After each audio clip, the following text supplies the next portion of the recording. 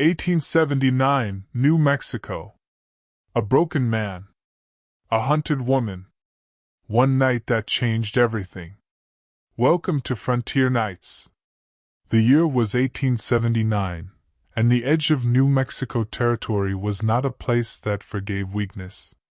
It was a land that swallowed men whole, ground their ambitions into dust, and left their bones bleaching under a sky that was either too hot or too cold, and never anything in between.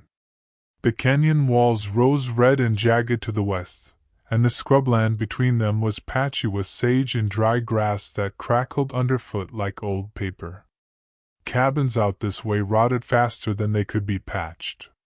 Men carried their rifles closer than they carried their own kin, and the ones who survived long enough to grow gray did so by trusting their instincts more than they trusted people. Calder Rigg lived alone in a one-room shack set a mile off the old cavalry trail, and he lived there because he no longer knew how to exist among people. He had once moved through canyons and badlands ahead of army columns, reading the land the way a priest reads scripture, finding water where other men saw only cracked earth, identifying ambush points before the enemy had even thought to use them. He had been good at it. Too good, maybe, because the army had kept sending him out and he had kept going, right up until the night a raid cut across his patrol and left him with a shattered leg, a scar carved deep through his right temple, and 2 fewer men behind him than he had started with. The limp never healed straight. The scar never faded. And when he came home from that last ride, his wife was 3 months into the fever that would take her before the summer was out. He buried her under the cottonwood at the edge of the yard, packed what little he had, and moved out here where the silence was so complete a man could convince himself it was peace. Since then, Calder's world had shrunk to the work of staying alive. He mended fences, set traps, hauled water, split wood, and let the seasons move over him like weather over stone. He did not go to town unless he had to. He did not speak to neighbors because there were none close enough to speak to. He kept his rifle clean and his fire low, and he told himself this was enough. It was on a moonlit night in late autumn that the silence broke. He came awake the way soldiers always do, not gradually, not with confusion, but all at once, every sense sharp before his eyes were fully open. Sound had pulled him up from sleep. Not a large sound, not the crack of a branch or the whinny of a spooked horse. Something smaller. A dragging, shuffling cadence moving through gravel and dry brush, irregular and labored, like whatever was making it was barely managing to keep moving at all. Calder rolled off the cot without thinking. His bare feet hit the cold dirt floor and his hand found the rifle leaning against the wall before his mind had finished sorting out whether this was threat or coincidence. He moved to the door and pushed it open, the hinges protesting with the creak he had been meaning to fix for weeks. Cold air hit him hard, the desert night sharp enough to sting.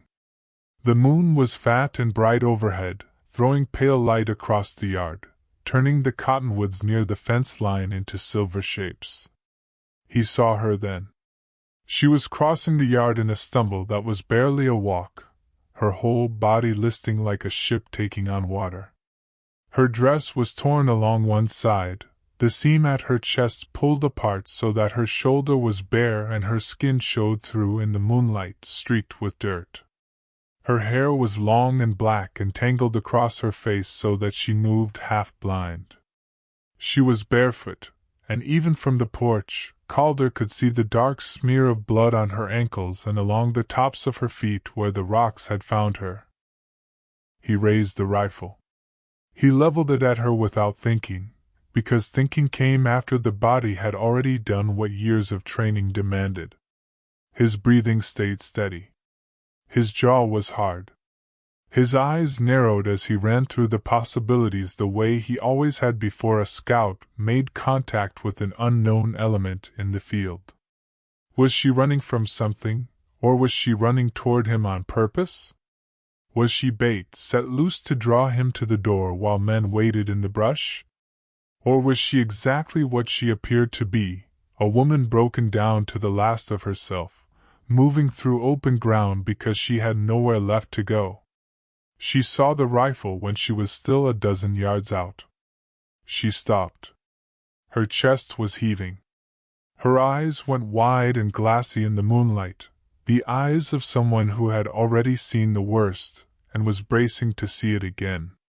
Then her legs gave under her, and she sank to her knees in the dirt, her hands clutching the torn edges of her dress against her chest, her head dropping forward. When she spoke, her voice was barely a sound. Cracked. Spent. The words scraped out of her like they were the last ones she had left. Stop. I will be your obedient wife. Just do not kill me. She pressed her forehead down. She was not looking at the rifle anymore. She was not looking at anything. She had offered the only thing she believed she had left to offer, and she was waiting to find out if it was enough.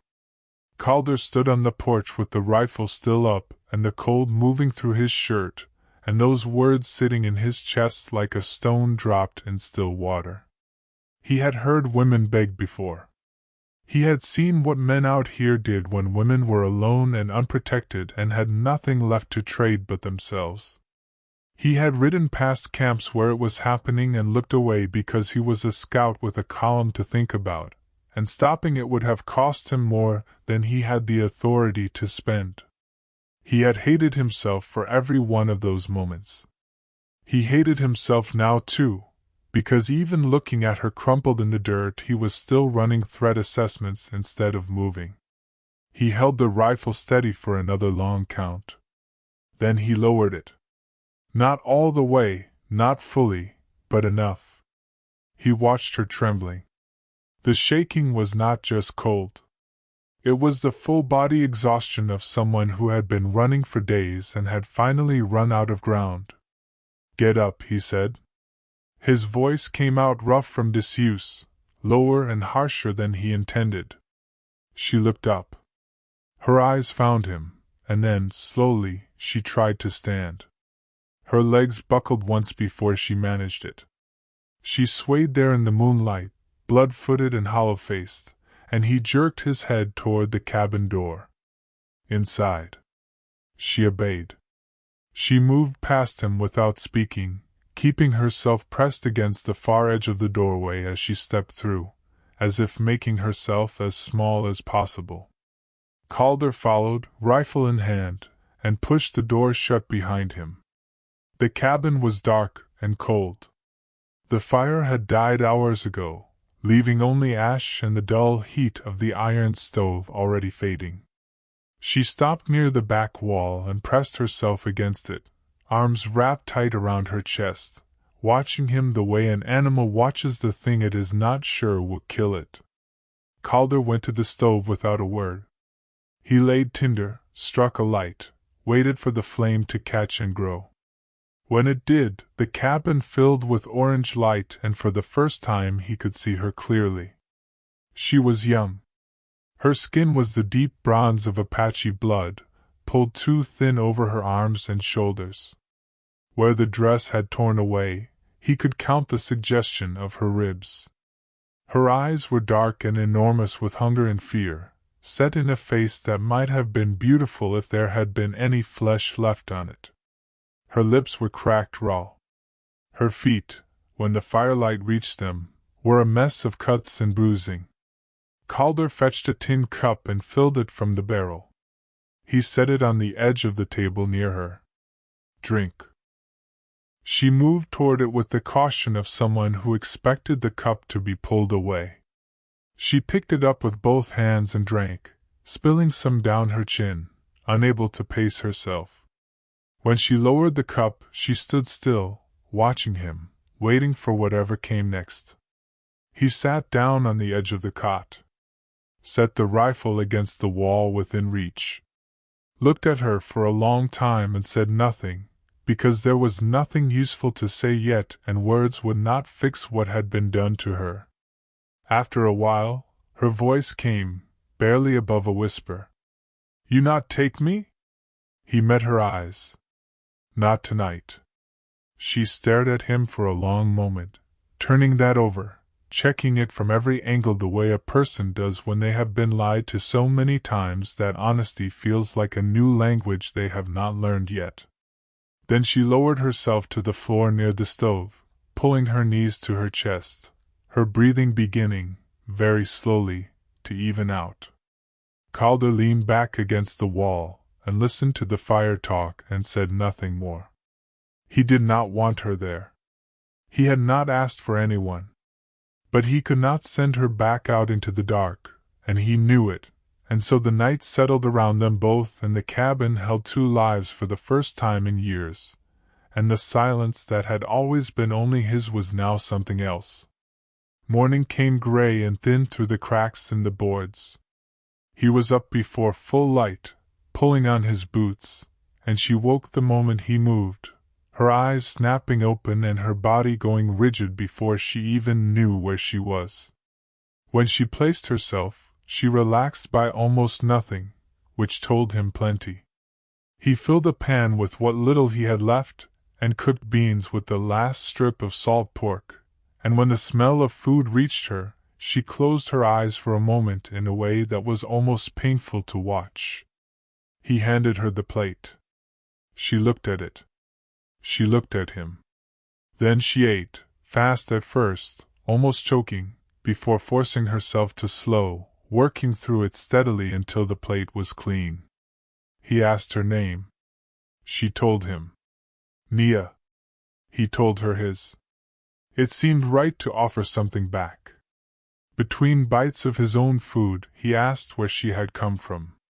She told him in pieces, choosing her words carefully, her English carried by a quiet steadiness that suggested she had learned it under conditions that did not allow for mistakes. Her husband had died. His family had blamed her, said she carried a curse, and turned her out. No shoes, no food, no direction, just the land and whatever she could find in it. She had been moving for 3 nights when raiders found her and put a rope on her. She had gotten free and run again. She had seen his fire from the ridge. When she pulled back the torn hem of her dress to show him the raw ring around her ankle where the rope had been, Calder looked at it for one long moment and then looked away, his jaw tight enough to ache. She said she could work. She said it matter-of-factly, without pleading, meeting his eyes, and he understood. She was not asking for charity. She was proposing an exchange, the only kind she trusted. He said she could carry wood if she wanted. Nothing heavier than she could manage. She was on her feet before he finished the sentence. The days that followed built themselves one careful stone at a time. She swept the floor with a bundle of brush she made herself. She found his torn coat and mended it with a bone needle, her fingers moving through the rough fabric with the confidence of long practice. She stacked the wood pile by the stove in neat rows. She cleaned the cook pot until the inside showed through. She worked the way people work when working is the only thing standing between them and the thoughts they cannot afford to have. He noticed that she flinched at sudden sounds. The hammer on a nail made her grip whatever she was holding with both hands and hold her breath. He noticed that she always kept herself between a wall and an exit position so nothing could come at her from behind. He noticed that she moved around him with a kind of careful geometry, never fully turning her back to him, tracking him the way prey tracks predators. He did not comment on any of it. He just made sure that when he moved around the cabin he did it predictably, no sudden steps, no reaching past her without warning, no standing too close. It was a thing he knew how to do. He had worked with frightened animals and frightened men, and the method was the same. Consistency. Patience. No sudden changes.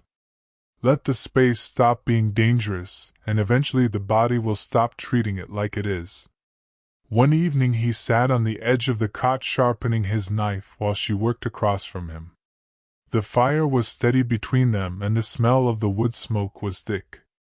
She was stitching the neckline of her dress again, working to hold together a seam that kept pulling apart. The firelight moved against her face. "You were a soldier," she said, looking at the scar at his temple. "Scout," he said. "Not the same." She considered that.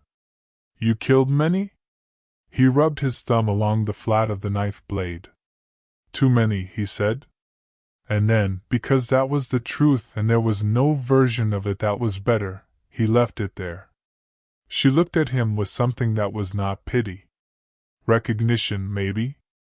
She knew what it was to carry weight that had no good place to be set down. That night, after she had settled near the stove, he lay back on the cot and stared at the ceiling and listened to the quiet of the room, which was not really quiet at all.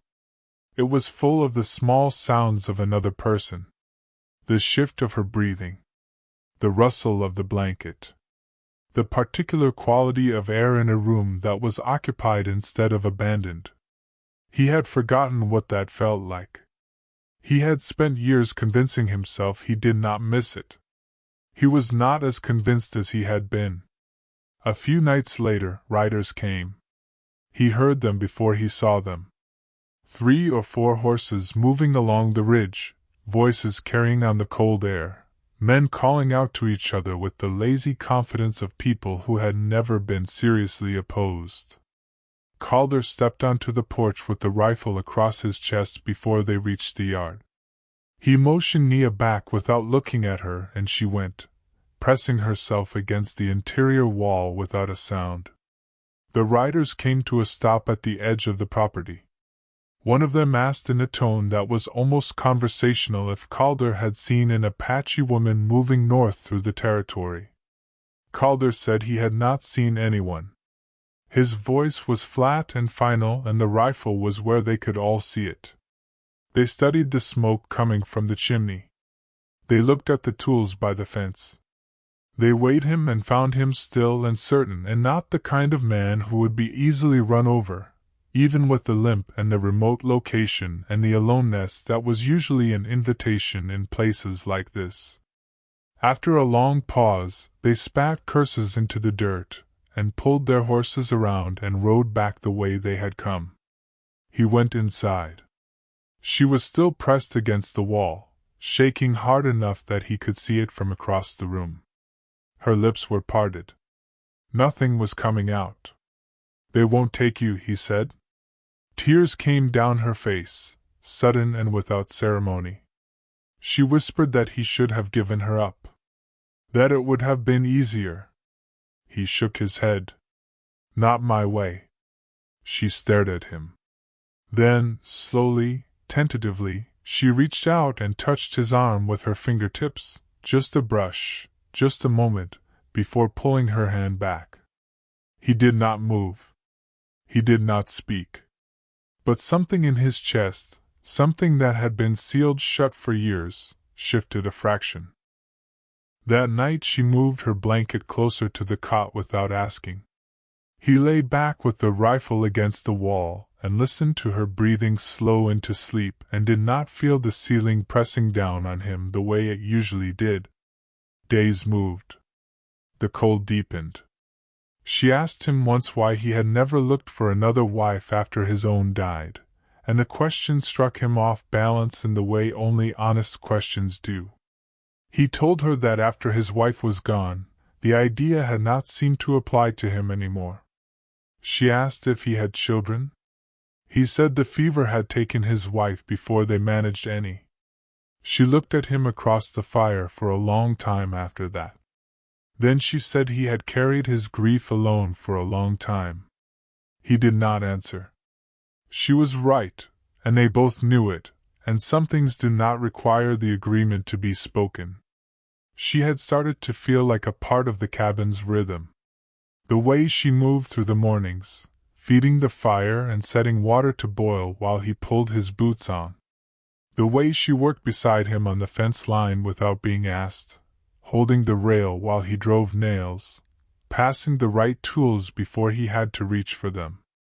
The way she cooked the broth from what little they had and placed a bowl in front of him without making anything of it, not servitude, not performance, just contribution. Just being someone who shared a space and treated the sharing as real. He watched her more than he should have. He was aware of it, and he kept reining himself in, because whatever he felt rising in him was not something he had the right to push on her, not when she had come to him from the kind of men who had never waited to be invited. One night she sat beside him and the space between their shoulders was narrow and the fire was low, and she looked up at him and asked with a directness that surprised him why he had not sent her away. He said he did not know how to answer that. She said she thought maybe it was because he did not want to be alone anymore, even if he was still telling himself he did. He looked at her. She held his gaze. She did not look afraid. After a moment, he reached up and pushed the hair back from her face, his rough, scarred hand careful against her skin. She did not flinch. She leaned into it, almost without seeming to realize she was doing it. Then she kissed him, soft and tentative at first, as if she was asking something. He kissed her back. His hands found her waist and drew her closer. When they broke apart, his forehead rested against hers, both of them breathing the same still air. He told her she did not owe him anything. She told him she chose. She said it with a steadiness that left no room for doubt.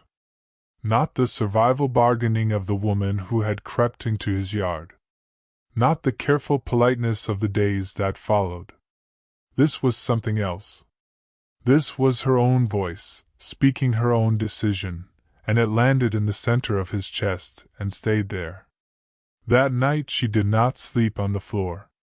He held her in the dark and listened to the land outside and felt the particular strangeness of warmth he had forgotten he was missing. He did not sleep for a long while, not from discomfort, but because sleep felt like a loss he was not ready to take. When morning came and she stirred awake beside him, she looked at him without fear and he looked at her, and neither of them said anything at all, and it was the most comfortable silence the cabin had held in years. They hunted together the next day, moving along the creek through the frost-brittle brush. He shot a buck at the tree line and she knelt beside him without hesitation as he worked the knife, holding the hide steady, her hands going red with cold and effort, and she did not flinch from any of it. He asked if she had done this before. She said she had, with her husband, long ago. The words carried the weight of a life she had been cut away from, a life that had included competence and belonging and the ordinary dignity of being useful to people who needed her. He thought about that on the walk back, her staggering a little under the weight of meat she refused to let him carry more of. They salted what they could and hung the rest. The cabin smelled like food and wood smoke, and for the first time in a long time Calder did not feel the grim calculation of rationing pressing at the back of every thought. The riders came back in force on an afternoon when the light was already going orange at the edges. 5 of them this time, maybe 6, coming over the ridge with the noise of men who had decided they were owed something and had come to collect it. Calder stepped out onto the porch. Nia was behind the door with the old rifle he had shown her how to hold, its mechanism still sound even if the stock was cracked. The man in front called across the yard. He said they had come for what was theirs. He said Calder ought to step aside and spare himself the trouble. He said it in the tone men use when they have decided the outcome already. Calder said she was under his roof and not theirs to take.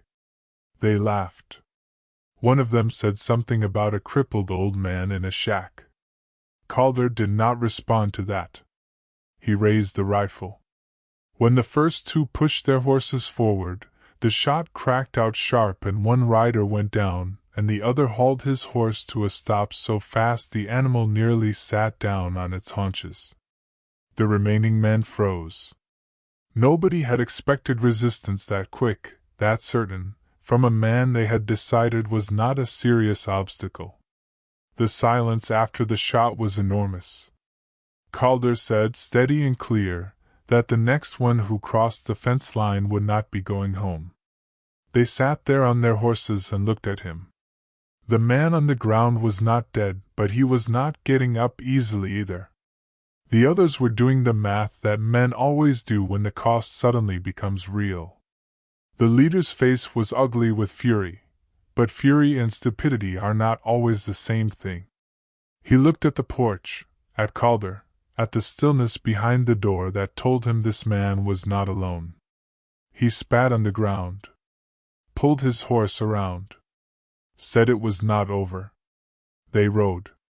Calder kept the rifle up until the sound of hooves was completely gone. Then he lowered it, and went back inside and set it against the wall and breathed. Mia came away from the door, her hands still tied around the old rifle, her face white. She stared at him. He said it was done for now. She set the rifle down, and came to him and pressed her hands flat against his chest as if checking that he was still solid and real in there. He put his arms around her, and she pressed her face against his shirt, and he felt her breathing slowly settle. After a long time she looked up at him. She said she was staying. Not because she was afraid of what was outside, but because she was choosing what was inside. Choosing him. Choosing this. He kissed her, long and slow, nothing held back. That night they sat together by the fire, their shoulders touching, and he said the cabin was hers now too. She said then they would build it together. And she leaned against him and the fire burned and outside the stars came out hard and cold and bright over the New Mexico territory. And inside the cabin that had been a monument to one man's grief, something else was alive. It did not have a name yet. Maybe it did not need one. In the hard land of 1879, in a one-room shack a mile off the old cavalry trail, a scarred ex-scout and a widow who had been told she was worth nothing found out together what it meant to be worth something to one another. The silence that had emptied the cabin for years filled at last with the sound of two people breathing, living, choosing to stay.